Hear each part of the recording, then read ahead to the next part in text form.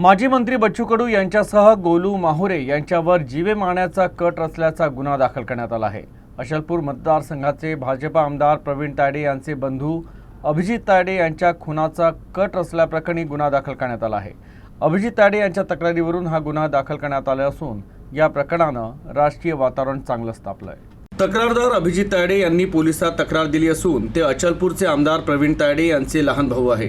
विशेष म्हणजे संभाषणाची मोबाईल रेकॉर्डिंग करून त्याचा पुरावा पोलिसांकडे सादर करण्यात आला आहे।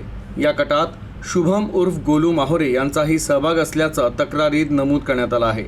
या तक्रारीनंतर राजकीय वातावरण चांगलंच तापलं आहे, तर पोलिसांनी सर्व पुरावे न्याय वैद्यकीय तपासणीसाठी प्रयोगशाळेत पाठवले आहे। या प्रकरणाचा पुढील तपास चांदूर बाजार पोलीस करत आहे।